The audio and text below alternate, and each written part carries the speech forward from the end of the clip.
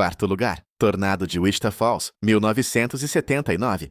Chamado de Tornado Terrível de 1979, ele devastou boa parte da cidade. Mais de 40 mil pessoas ficaram desabrigadas. Carros foram arremessados como brinquedos. Terceiro lugar, tornado de Super Outbreak, 1974. Esse não foi apenas um tornado, foi um surto gigantesco de tornados. Durante 2 dias, surgiram 148 tornados que atingiram regiões como Ohio, Alabama, Kentucky. Mais de 300 pessoas morreram.